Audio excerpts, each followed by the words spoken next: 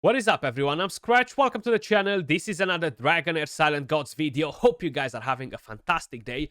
In today's video, guys, I'm gonna show you how to deal a lot of damage on the Chief Challenge. And today we're actually gonna have a look at the Necrosis boss, or aka the Lightning boss, the Shynachton. He's a Lightning champion, but he gets more necrotic damage. We're gonna have a look at how we can actually reach 11 to 22 million damage. Now, I'm not going to use any legendary heroes. I'm not going to use any legendary artifacts. And my Psychic Core is nowhere close to be maxed. I am actually on my main account, not on a test server, so I don't have the Psychic Core maxed or stuff like that. But this might stop us from reaching the 22 million. And I feel like once we have the Otherworld event, guys, and we have all these bosses coming back, we're going to have the Alliance bonuses. And the Psychic Core will be close to max. And this will be a walk in the park compared to what it is right now. Now, all these bosses, they feel extremely hard for a lot of you guys, regardless of what teams were showing you. And that's mainly because you don't have the Alliance bonuses. Your Psychic Core might be similar with mine, or a bit weaker in terms of what you have leveled up. Maybe you prioritize to level it up all slowly, and because of it, you haven't reached any of the top things. But how you may notice, my last two trees are only maxed for the Frost and Radiance, none for Lightning and Poison, Necrosis and Fire. So this really kills my damage quite a bit, like not having all these things maxed. So I'm getting less damage basically than I should. So with this maxed, this team would easily smash the 22 million damage. This boss is a lot of RNG because the Thunderbolt changes from target to target in such a big range that it doesn't matter where your characters are positioned on the map, But that being said, let's quickly check the boss. You want to reach 22 million preferably to get more rewards, but hey, you know what? If you don't reach 22, 11 million will be just fine, or 11 plus million, because you're still getting some decent rewards. And the main thing is to rank good on the leaderboards here, Let's see the boss. So this one right here, uses lightning to strike up to 2 random enemies inflicted with electrocuted every 4 seconds. So even if they don't have electrocuted, different hits will bounce to them, okay? And that will actually endanger your back line. Then you have the battle skill deals lightning damage to up to 2 random enemies and has a 75% chance of inflicting electrocuted on them. Now the problem is that this doesn't really have a range of two tiles only. This goes pretty much everywhere. Like he can attack whoever he wants with that. Then you have the ultimate, grants attack up to all Thunderbolt allies.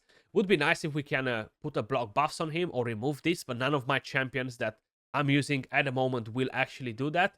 There is a different epic champion that has a chance to remove the increased attack for him, but that as well is not guaranteed, So this electrocuted will be a pain. Basically, that's what the boss does. He will stack increased attack on himself, which can be pretty nasty. Now, as a tank, we have Irma. I actually like this hero a lot. I've used her quite a bit in the last season for the Otherworld bosses, and she can stay alive fairly decent. She does need some healing, some more support, of course. She has an interesting passive. She gets a bit of healing, and this damage reduction from the ultimate, control immunity, and this will be placed on your allies that are in close proximity. Then we're going to use Kairza. This is the hero that you are getting from the Pillar of Trials. She's actually pretty awesome. She is a melee hero, but you know what? You can tank her, and she's absolutely fine. As long as you're tanking your melee heroes, guys, they're not going to get destroyed, So don't get discouraged from using a free champion that everyone will get, and she's awesome too. She has this passive, the hero gains 15% ultimate energy whenever an ally is inflicted with a debuff, so this will happen a lot. Then you have this ultimate. The battle skill doesn't really matter because we don't really need shield prohibition here. I wish that was going to be a block buffs. Strikes the enemy 3 times, which makes her great for the Crown of the Unclean. Each dealing necrotic damage with a chance to put recharge speed penalty and attack penalty. So all this will be actually very, very good for us. We have her on a Moonlight set, so that will give us a bit of extra healing. The reason why I have the Moonlight on her is because she's gaining a lot of energy from here. So she'll be using the ultimate very, very often. Plus, we have some extra skill haste on the champion. So she should be getting this ultimate on pretty damn often, you know. Then we have Joyce. He's actually an awesome damage dealer. Now, he will do a lot of summons, which in a way or another are kind of like messing up our mojo here with Electrocuted and the Thunderbolt. So it might not be necessarily the best champion to use in here because of all the summons. But you know what? I wanted to use him because I'm actually a fan. I used him a lot last season too. And he was one of the best damage dealers from my team, you know. So I wanted to use him again. Then, of course, I have Zarlot. I finally pulled this champion a few weeks ago. And Zarlot is built on a Cyril set, so this will give us increased attack. Now, how you may notice, he is built for damage too, you know. The set doesn't really matter that much in terms of like, wow, this is not a damage set, you know. It doesn't matter. He does have damage stats. Now, of course, a different set that will boost his damage even more would be great. But we're gonna go with this. And he has the Eyeball of the Giant. He has the Manticore. And the final piece of the puzzle is Gladros, guys. He has the Arcane Music Box. Now, he needs accuracy too for this battle skill, I think. I'm not 100% sure, you know. I feel like he might need it, he might not. It's not really a debuff. It's not really, really something that requires accuracy, but I do think he needs accuracy. So I actually got accuracy, okay? I might be wrong with this though. Last season I haven't used him with accuracy. I've actually seen this from somebody else and I'm testing it now, you know. But he is built partially for some damage too. Now he does have a double skill haste set because I want him to use his ultimate as often as possible, you know. That being said, guys, let's crack on it with a run. No timing whatsoever. I have an attack aura because I don't have any other options. And we might be lacking a bit of damage in this format at the moment. I've reached pretty good damage. I got very close to get to 22 million damage. I feel like probably 1 out of 10 runs, 1 out of 15 runs, it will give me the results I need. Now, I feel like my damage is lacking a little bit. So that's why I'm saying if my Psychic Core will be leveled up a bit more, I would be in a much better spot. The RNG will still be here, but I will be in a better spot. So the positioning is pretty important, guys. You want to put the back row as I've placed them, especially if you're using Joyce.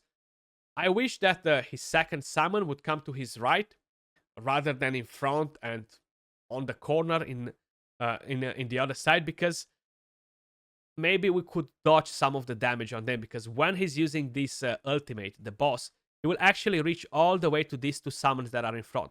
But he will not hit the back line, okay? Because that's how his ultimate is. It reaches only 4 or 5 boxes, if I'm not mistaken. So we can dodge the damage on the back row from the ultimate, but not from the random hits and from the Thunderbolt just bouncing around. That's why I said it's a lot of RNG, you know? So you want to have approximately 4+ million per minute, you know, in terms of damage to reach the 22. Now, sometimes the RNG might not be as good. Of course, crit hits and other things can affect the damage. How long we are keeping the summons alive, you know. But Joyce is actually pumping out good damage, guys, 100%. How I mentioned, having these summons there and the boss being able to kill them every now and then, it might not be the best thing. We could potentially find a different damage dealer to get the job done in here. But I really wanted to try these specific champions, you know. How I mentioned, I am on my account. You see, like right there, he's just getting hit. He can actually die as early as now, which is crazy, seeing your champions dying like so early in, and they're at the back row too, you know. Like, it's actually crazy. Look how low Joyce is at the moment. Luckily, we got that massive 20k heal in there. Now, my tanks are more than fine. Kairza, she's actually more than fine. She's a melee hero. She's not really a tank. I built her tanky, but she's more than fine. I can actually probably attempt to drop some of the tankiness to try and get a bit of damage on her, you know. Or maybe try to get... yeah, I think it will be pretty hard with the Moonlight set. I don't really think I have very good pieces. So you see we're short of damage here, like 1.5 million at the moment. So we might not get to 22 million damage this run, guys. But at least you know how to past the 11 million. Anyway, most of the people on most servers will not even get the 11 million. So you being able to get over 11 million will already put you in a better spot, and that means that you can do the event with 60 summons, I think, or 40 summons. You see, the boss hits pretty hard with the AoE, especially when he's putting that increased attack on himself. Is actually pretty nasty. I like Galdros because he shields. He drops the attack on the boss too, you know. Look at my Zarlot, how low it is, you know, because of that random hit. Pretty crazy. So we are at 12 million damage. So far, I got very close to survive till the end. Yeah, Galdros is so low. I'm actually scared for his. As soon as I said it, RNG. So basically, if I retry these guys 2, 3, 4, 5, 6, 7, 10, 15 times, I will get what it needs to be. Maybe I'm gonna struggle to reach the 22 million damage just because I don't have the. Again, I lost the back row, not even a front row. That's what's crazy, you know. Like, you're getting hit all the way at the back. Now Tia can definitely help here quite a bit, and just having that immunity on, you know, having 15% less damage, 15% damage reduction from the invisibility. If you're using Tia, for example, instead of I don't know, instead of Galdros, maybe it could be a pretty good option. She's healing as well, you know, so having her on a Moonlight set too is gonna be a pretty interesting thing. This is one of the runs. I've done much better runs than these guys. The highest I've done was like 20.5 million. I actually didn't took a screenshot of that, but I have this like at 18 million. We survived all the way up to 4 minutes and 45 seconds. And just so you kind of like get an idea in terms of the damage, you know, like it's pretty different. Joyce dealt 2 extra million damage. Everybody else dealt extra damage, you know. So the main thing in here is just constantly having to retry this run, you know. Let's actually give it another go. Let's see if we put them a bit closer. Maybe increase the risk of getting smacked even faster because of the bumps, you know. They should have a bit of a distance in between. But like this, at least, maybe the shield will work better. Maybe it will cover them, and I don't think it will reach at anyone in the front, though. That's the only problem. If they would be grouped together a bit closer, it would be better. But then the boss's AoE will be just too powerful, you know. It will deal so much damage on them. They won't survive. Not for a very long time anyway. Okay, so we have the recharge speed penalty, which is massive. I have that from 2 different champions, right? I have that from Zarlot, from Karza. I have the decrease attack, which is very nice too. Defense down. So you see, we are a bit short with the damage. I feel like the Psychic Core will fix this exact team. You see, if those summons stay alive for a long duration of time, we actually pump a lot of damage with Joyce. Okay, decrease attack, beautiful. Maybe I should try to time that a bit better too, so I'm catching it on the ultimate. If no, I feel like he's killing my. Okay, we had a decrease attack there. It literally expired after the hit. But Joyce, man, huh? I know a lot of people are not big fans of summoners, including myself. I'm not a big fan either. But Joyce is actually pumping very good damage, you know. Okay, recharge speed penalty on. The longer we have that on, the better. I wish we could time it somehow with the battle skill from Zarlot, so they're kind of like not overlapping, you know. So I have it on the boss all the time. Seems like we are doing it for the moment. It's pretty hard with her passive though, with Karza's passive, because she's getting all that ultimate energy. But right now the damage looks better. So we're 3 minutes in. We are almost close to the 8 million mark, which is kind of like where you want to be, 8 million, you know. So we are a bit short of the damage, but that's fine. Once the Psychic Core is sorted, will be good. And these teams, guys, oh my god, again he's getting super low. Don't you die on me right now. Don't you die on me right now. Okay, there we go. He scared me for a second. I was like, seriously, I'm about to lose him already? You see, the problem is not even the front row here. It's actually the back row. Just the bounce, the bouncing damage, because it's random. It's nothing you can do about it. Yeah, we're literally short 2 million damage. So this round, if we're going to survive all the way to the end, we're approximately going to get 20 million. Okay. Having Joyce's summons on for a longer duration of time is very, very important too, though. So the main thing that will make a big difference here is to have that increase attack removed, or to put some block buffs on the boss. You know, that will definitely make a bit of a difference. Other than that, just changing champions. So if I bring in a legendary, if I bring in a legendary artifact, so if I'm bringing the Witch's Remains, if I'm bringing the Rift Hourglass on some of them, if I'm bringing the Vest to get a better shield and the damage reduction, this will be a piece of cake, you know. But again, we lost him. Like, so he was literally full HP too. He just instantly got wrecked. So it's a lot of RNG. I'm telling you, it's a lot of RNG. And so far, my clanmates as well are constantly like, my God, it takes so many tries to get to the right damage, you know. Now, I will have much better champions to use on this. My God, that hit was actually almost about to kill Zerlo too. But you know what? They all went down. The tanks are still fine. They have no healing now, so they're going to die. But just so you guys kind of like understand the RNG in this run, it kills the back row, not even the front row first, you know, just because of the bouncing thing. So how I mentioned, let me quickly show you a couple of different examples that would potentially work really, really good in here, if you have the champions available, of course. So if we're gonna go all the way to Necrosis, so bringing in Tia, maybe instead of him, this would work. She's going to cover only the range heroes with block debuffs, and you're gonna get healing from the battle skill, you know. So you're gonna get this healing.